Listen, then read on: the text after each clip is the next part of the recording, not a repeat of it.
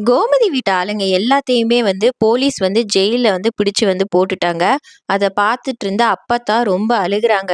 என் மக பாவம், என் மக பாவம். ராஜியையும் ஜெயில்ல பிடிச்சு போட்டுருக்காங்க. இதெல்லாம் நீங்க வீட்ல இருந்துகிட்டு யாருமே கேட்க மாட்டீங்களா? அப்படின்னு முத்துவேல பார்த்து அப்பத்தா கேட்குறாங்க. சக்திவேல் உடனே, ஏம்மா ஏன் இப்போ ஒப்பாரி வச்சிருக்க? நமக்கு பண்ண துரோகத்துக்கு அவங்க பாண்டியனுக்கு இதெல்லாம் தேவைதான். நல்லா அவங்க குடும்பம் ஃபுல்லா அனுபவிக்கட்டும் அப்படின்றாங்க. அதுக்கு முத்துவேலும் சொல்றாங்க, ஆமாம்மா, அவங்க வேலை அத அவங்க பார்த்துக்கட்டும். எப்படி அவங்க ஜெயில்ல போய் நம்மள அனுப்பிச்சோம், அவங்களா போயிருக்காங்க. அவங்க பண்ண தப்புக்கான தண்டனைய அவங்க அனுபவிக்கட்டும்னு சொல்றாங்க. உடனே அப்பத்தா ரொம்ப கோவமா, "போதும் நிறுத்துங்கடா. அந்த வீட்ல அந்த சின்ன பிள்ளைக்கு இருக்கிற மனசு கூட உங்க 2 பேருக்கும் இல்லைல? வெள்ளை வேஷ்டி, வெள்ளை சட்டை கட்டுனா நீங்க என்ன பெரிய இவங்களா? அந்த பிள்ளை எல்லாரையுமே நம்ம மனசு கஷ்டப்படக்கூடாது. நம்ம வீட்ல இருக்க யாருமே கஷ்டப்படுத்த கூடாதுன்றதுக்காக, குமரன் அந்த பிள்ளைக்கு எவ்வளோதான் துரோகம் பண்ணாலும், நம்மளுக்காக அந்த பிள்ளை ஜெயில்ல கோர்ட்ல சாட்சி மாத்தி சொல்லுச்சு. நம்ம ஒருத்தர் குடும்பத்துல யாருமே அழுகக்கூடாதுன்றதுக்காக அந்த பிள்ளை பண்ணிருக்கு. ஆனா இன்னைக்கு அந்த பிள்ளையே ஜெயில்ல போட்டு அவங்க குடும்பமே தத்தளிச்சுட்டு இருக்கிறப்ப சிரிச்சிட்டு இருக்கீங்களே! நீங்கலாம் என்னத்த சொல்ல உங்கள அப்படின்னு சொல்லி அப்பத்தான் தேம்பி தேம்பி அழுகுறாங்க. அப்பத்தா ரொம்ப ஆக்ரோஷமா சொல்றாங்க. "என்னதான்டா இன்னும் உங்களுக்கு வேணும்? கோமதி ஏதோ லவ் பண்ணி அந்த டைம்ல நம்மளலாம் ஏமாத்திட்டு கல்யாணம் பண்ணிட்டு போயிட்டா தான். இப்ப அதுக்கு என்ன? அதுக்காக இன்னும் நீங்க அந்த பழிவாங்குற எண்ணத்தோட இத்தன வருஷமா இன்னும் நீங்க பழிவாங்குற எண்ணம் உங்க மனசுல இருந்து போகலையா? அவ ஏதோ போயிட்டா. ஆனா அவ இப்ப நல்லா தானே இருக்கா. எதித்த வீட்ல மாப்பிள்ளை அவள நல்லா தானே பாத்துக்கிறாரு. இன்னும் உங்களுக்கு ஏன் அவ மேல இருக்கிற கோவம் போகல? நம்ம பையன் குமாரு, அவன் தப்பு பண்ணலையா? அந்த வீட்டு பிள்ளையான ராஜி, மீனாவையும் கடத்திட்டு போய் ஒரு நாள் ஃபுல்லா வச்சிருந்து வெளிய அனுப்பிச்சிருந்தான். அப்படி இருந்து கூட அந்த 2 பிள்ளைங்களும் இதுவரை குமார் மேல ஏதாவது கேஸ் போட்டு ஏதாவது போலீஸ்ல ஒப்படைச்சாங்களா? தான் அண்ணன் அப்படின்னு சொல்லி தானே ராஜியும் விட்டுட்டா. எதா இருந்தாலும் நம்ம சொந்தக்காரங்கன்னு தானே அந்த மீனா பிள்ளையும் பக்குவமா எல்லாத்தையும் எடுத்துக்குதுக. அரசி பிள்ளையும் அப்படிதான் இருக்குக. அவங்க வளர்த்த வளர்ப்பு எப்படி? நீங்க வளர்த்த வளர்ப்பு எப்படிடா? குமார் இவ்ளோ தப்பு பண்ணியும் அரசிய கடத்திட்டு போய் ஏமாத்தி அவளுக்கு நடந்த கல்யாணத்தையே நிறுத்தி அவ வாழ்க்கைய அழிச்ச பிறகும் அந்த அரசி பிள்ளை அவனை மன்னிச்சு ஏத்துக்குச்சு. நம்ம கஷ்டப்படக்கூடாதுன்றதுக்காக அந்த பிள்ளை குமார மன்னிச்சு விட்டுச்சு.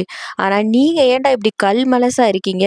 இத்தனை வருஷம் ஆகியும் உங்களுக்கு அந்த வெறுப்புணர்ச்சி இன்னும் பாண்டியர் குடும்பத்து மேல போகலையான்னு அப்பத்தான் தாறுமாறா கேக்குறாங்க. உடனே அப்பத்தான், நீங்க வரலன்னா போங்க. என் பொண்ணுக்காக நான் கண்டிப்பா போவேன். எப்படியாவது அவங்க குடும்பத்துல இருக்கிற எல்லாரையும் நான் ஜெயில்ல இருந்து வெளிய கொண்டு வர தான் போறேன். எவனோ ஒருத்தங்க பொண்ண குடுத்துட்டு பொய் கேஸ் போட்டிருக்காங்க. அதுவும் முக்கியமா வரதட்சணை கேஸ் போட்டிருக்காங்க. இத்தன நாள் நம்ம இங்க இருக்கோம். நமக்கு பாண்டியன் குடும்பத்த பத்தி தெரியாதா? அவர் என்னதான் கோவப்படுறாரு, நம்ம மேல இது இருந்தாலும் நம்ம பிள்ளைய நல்லா தானடா பாத்துக்கிறாரு. லவ் பண்ணிட்டு கொண்டுட்டு போய் அவள ஒண்ணும் கஷ்டப்படுத்தலையே அடிச்சு.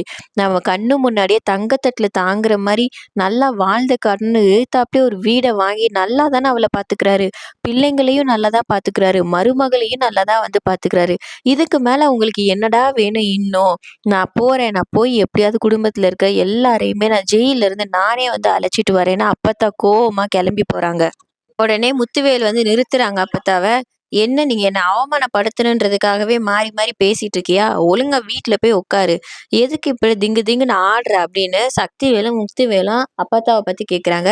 ஏன்டா அந்த ஆளு லவ் பண்ணி கல்யாணம் பண்ணி கூட்டிட்டு போனத விட என்னடா தப்பு பண்ணாரு? வேற ஏதாவது தப்பு பண்ணாரா? அப்பத்தா கத்திட்டு இருக்கிறத பார்த்து முத்துவேல், சரி வெயிட் பண்ணுங்க. நம்ம போய் பார்ப்போம். நம்ம பொண்ணும் தான் அங்க இருக்கு.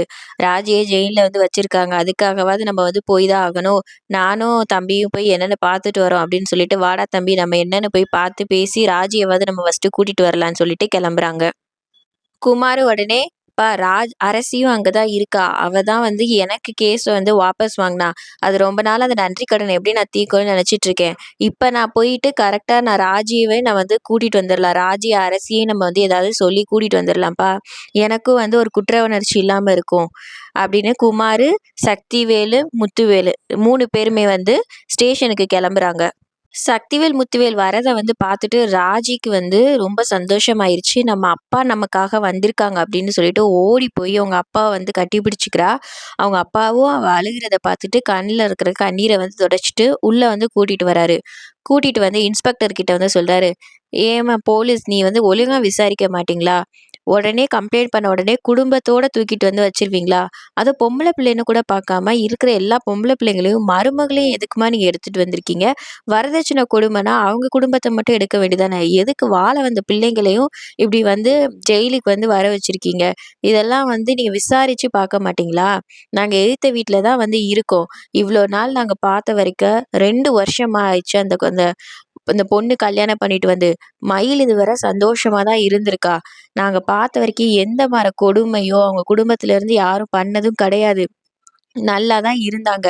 திடீர்னு இப்படி வந்து நீங்க வந்து ஒரு கேஸ் வந்து குடுக்குறது எங்களுக்கே வந்து பதட்டமா இருந்தது. அதனால தான் நாங்க வந்து பார்த்து இத வந்து பேசுறதுக்காக வந்திருக்கோம். நீங்க ஒழுங்கா விசாரிக்காம எதுக்கு குடும்பத்தையே வந்து இழுத்துட்டு வந்திருக்கீங்க? அக்கம் பக்கத்துல வந்து ஃபர்ஸ்ட்டு வந்து விசாரிச்சு பாருங்க. இந்த பாக்கியத்தோட குடும்பம் எவ்வளோ மோசமான குடும்பம்னு உங்களுக்கே வந்து தெரியும். தான் பொண்ண வந்து எப்படியாவது கல்யாணம் பண்ணி குடுக்கணும் அப்படின்ட்டுட்டு ஏகப்பட்ட பொய்ய வந்து சொல்லி உங்க குடும்பத்துல வந்து கட்டி வச்சுட்டாங்க.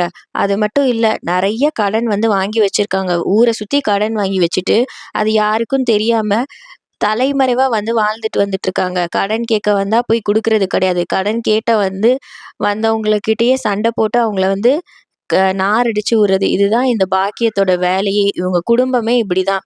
இப்படிதான் பண்ணி மயிலையும் ஏதோ ஒரு பொய்ய சொல்லி இங்க வந்து கல்யாணம் பண்ணி வச்சுட்டாங்க. ஸோ ஒழுங்கா விசாரிச்சீங்களா நீங்க முதல்ல இல்லையா? அப்படின்றத பார்த்துட்டு இன்ஸ்பெக்டர், "என்ன இவங்க இப்படிலாம் சொல்றாங்க? பாக்கியத்த கூப்பிட்டு இதெல்லாம் உண்மையாம்மா?" அப்படின்னு கேட்குறாங்க. பாக்கியம் உடனே வந்து சொல்றா, "ஐய்யய்யோ! என்ன மேடம் நீங்க இவங்க சொல்றதெல்லாம் நம்பிட்டு இருக்கீங்க?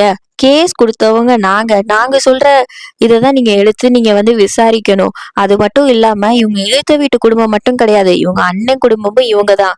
அதனால தான் சப்போர்ட்டுக்கு வந்து வந்திருக்காங்க. இவங்களும் ஒண்ணு இவங்களுக்கு ஒரு ஜால்ரா தான் மேடம். இவங்கள எப்படியாவது இங்கேருந்து கூட்டிட்டு போகுறதுக்காக ஏதேதோ சொல்லி அங்க வந்து மனச மாத்தி எந்து கொண்டு போக பார்க்குறாங்க. பொய் சாட்சி வந்து சொல்ல பார்க்குறாங்க. நான் தான் உங்களுக்கு வீடியோ ப்ரூஃபே காமிச்சேன்ல மேடம் அப்படின்னு சொல்லிட்டு இருக்கிறப்ப, உடனே சக்திவேல் வந்து, "ஆமா, நீ காமிச்ச வீடியோ ப்ரூஃப நானும் வந்து காட்டுறேன்" அப்படின்னு சொல்லிட்டு, அவரு ஒரு ஃபோன் எடுத்து காட்டுறாரு. பழனிவேல் கிட்ட சொல்லிட்டு, பாண்டியன் வீட்டுக்கு முன்னாடி வந்து நெறைய ஃபூட்டேஜஸ் வந்து எடுக்க சொல்லியிருக்காங்க. அங்க வந்து பார்த்தீங்கன்னா, ஒரு சிசிடிவி கேமரா இருக்கு. அந்த கேமரால இருந்த ஃபூட்டேஜஸ் எல்லாம் வந்து எடுக்க சொல்றாங்க.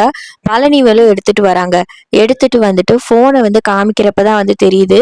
மேட்ரே வேற அப்படின்னு சொல்லிட்டு, அன்னைக்கு நடந்த சண்டையில மயிலோட அம்மாவும், கோமதியும் என்னெல்லாம் பேசினாங்க அப்படின்ற ஃபுல்லாமே அந்த ஃபூட்டேஜஸ்ல வந்து இருக்கு. அதாவது மயிலு வந்து வயச வந்து மறைச்சு கல்யாணம் பண்ணதோ, எம்.ஏ லிட்ரேச்சர்ன்னு சொல்லி பொய் சொல்லி கல்யாணம் பண்ணதோ, இது எல்லாம் தெரிய வருது. இந்த ரீசனுக்காக மட்டும் தான் வந்து பாண்டியன் குடும்பத்தவங்க வெளிய வந்து அனுப்பிச்சிருக்காங்க. உடனே முத்துவேல் சொல்றாங்க, "இந்த மாரி பொய் சொல்லி கல்யாணம் பண்ணா எல்லாரும் வீட்ட விட்டு தான் அனுப்புவாங்க. அதே தான் அவங்க குடும்பமும் அனுப்பிச்சிருக்காங்க. அதுவும் சரவணனுக்கு பிடிக்கல. அதனால டிவோர்ஸ் வந்து அனுப்பிச்சிருக்காங்க. இதுல எந்த ஒரு தப்புமே கிடையாதே. இதுல வரதட்சணைன்ற மாரி ஒரு பேச்சே வரலையே" அப்படின்னு சொன்னதுக்கு அப்புறம் இன்ஸ்பெக்டர் உடனே ரொம்ப கோவமா பாக்கியத்த பார்த்து, "என்னம்மா நீ என்னலாலம்மா கதைய விட்ட?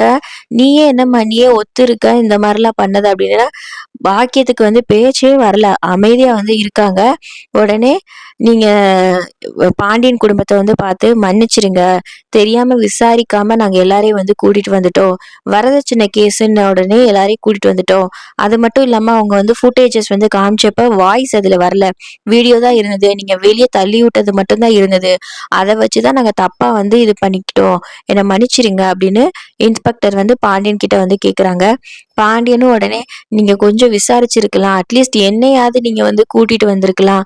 அது மட்டும் இல்லாம அரசியையும் கூட்டிட்டு வந்துட்டு, ராஜியையும் கூட்டிட்டு வந்துட்டு, பொம்பள பிள்ளைங்கள ஏன் மேடம் இப்படிலாம் கூட்டிட்டு வந்து அலக்கழிக்கிறீங்க? ஆல்ரெடி அவங்க பண்ண கஷ்டத்தினாலேயே எங்க குடும்பம் ரொம்ப கஷ்டத்துல வந்து இருக்கு.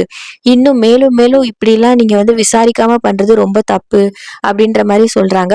இன்ஸ்பெக்டரும் சரி, நடந்தது நடந்துருச்சு. நாங்களே போய் வந்து விட்டுர்றோம். எங்கள மன்னிச்சிருங்க அப்படின்ற மாரி சொல்றாங்க. பாண்டியனும் சரி அப்படின்னு சொல்லிட்டு ராஜியையும், அரசி, கோமதி எல்லாத்தையும் வீட்டுக்கு வந்து அனுப்புறாங்க.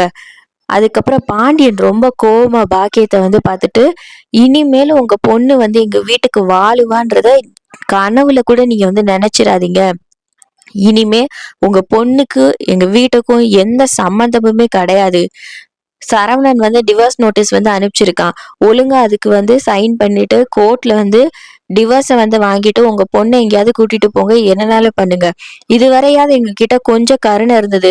நீங்க தான் தப்பு பண்றீங்க. அட்லீஸ்ட் மயில் மேல தப்பு இருக்காது. பேசி சரி பண்ணிடலாம்னு நினைச்சோம். ஆனா இதுவரை இவ்ளோ பிரச்சனை நடந்தும் மயில் வந்து ஒரு வார்த்தை கூட எங்களுக்காக இதுவரை பேசவே இல்ல. அதனால நாங்க எப்பவுமே மயில நாங்க சேர்த்துக்கவே மாட்டோம்னு பாண்டியனும் சரவணனும் ரொம்ப கோவமா அந்த இடத்த விட்டு கிளம்பிடுறாங்க. ராஜியும் அப்பா தேங்க்ஸ்பா எனக்காக நீங்க வந்திருக்கீங்க அப்படின்னு சொல்லிட்டு அவளும் அழுகிறா முத்துவேல் கிட்ட. அப்படியே முத்துவேலும் சக்திவேலும் இத வந்து பேசிட்டு 2 பேரும் வெளியே போறாங்க. அப்படியே எபிசோட் வந்து முடிஞ்சிருது. ஸோ அடுத்தடுத்து என்ன நடக்குதுன்றத பார்க்கலாம்.